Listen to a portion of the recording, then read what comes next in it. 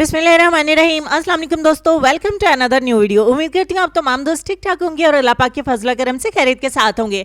आज की वीडियो में मैं आप दोस्तों को बताऊंगी कि अगर आप कोई भी महंगी या सस्ती क्रीम भी अफोर्ड नहीं कर सकते और अगर आपके पास क्रीम है भी और आपके हाथों को गोरा नहीं कर रही है, तो आज की वीडियो में मैं आप दोस्तों के लिए एक होम रेमेडी लेकर आई हूँ, बहुत ही स्पेशल, जिसके रिजल्ट्स आपको इंस्टेंट मिलेंगे और जिससे आपको लाजमी रिजल्ट मिलेंगे। अगर आप कोई ऐसी होम रेमेडी की तलाश में है कि आप किसी और कंट्री से भी हमें देख रहे हैं, तो आपको ये चीजें किचन में भी मिल जाएं और आपको इसका रिजल्ट भी बहुत अच्छा मिले और आपको इससे किसी किस्म का साइड इफेक्ट भी नहीं हो।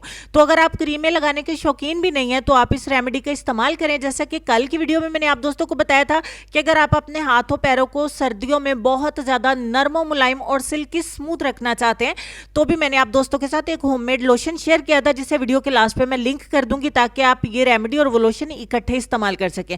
तो चलिए हाथों को स्पेशली गोरा करने के लिए रेमेडी बनाना स्टार्ट करते हैं। इसके लिए सबसे पहले नंबर पे आपको आधा चम्मच चाहिए होगा लेमन जूस, यानी कि लीमू का रस। इस रेमेडी को आपने इसी यकीन से इस्तेमाल करना है कि ये रिजल्ट देती आई है और रिजल्ट आपको देगी भी।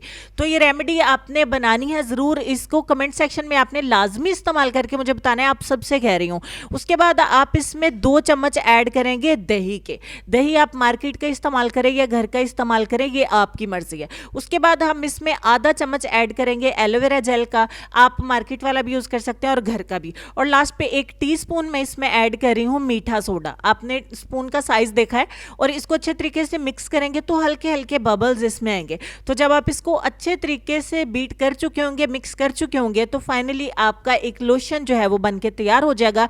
ये होममेड हैंड वाइटनिंग लोशन है। इसमें दही होने की वजह से आप अगर पैरों पे इस्तेमाल नहीं करना चाहते तो नहीं करें। तो ये मैंने भी स्पेशली आप दोस्तों को हाथों को गोरा करने के लिए बताया, तो आपने अपने हाथों के ऊपर इसको अप्लाई करना है ना। बाजू का तो ऐसा होता है हमारे हाथ बहुत ज्यादा खूबसूरत होते हैं, गोरे भी होते हैं, लेकिन हाथों के जो जोड़ है ना, नकल्स जो होते हैं वो काले होते हैं, उनमें मैल कुचैल फंसी हुई होती है, तो वो बिल्कुल भी अच्छे नहीं लगते और हैंड हमारे ड्राई भी लगते हैं। तो आपने क्या करना है जी, इस तरीके से अपने पूरे हाथों के ऊपर इसको अप्लाई कर लेना है और ये मेथड आपने डेली करना है 7 दिन के लिए। उसके बाद अगर आपको जरूरत महसूस हो तो आप कभी कभी इसको रिपीट कर सकते हैं।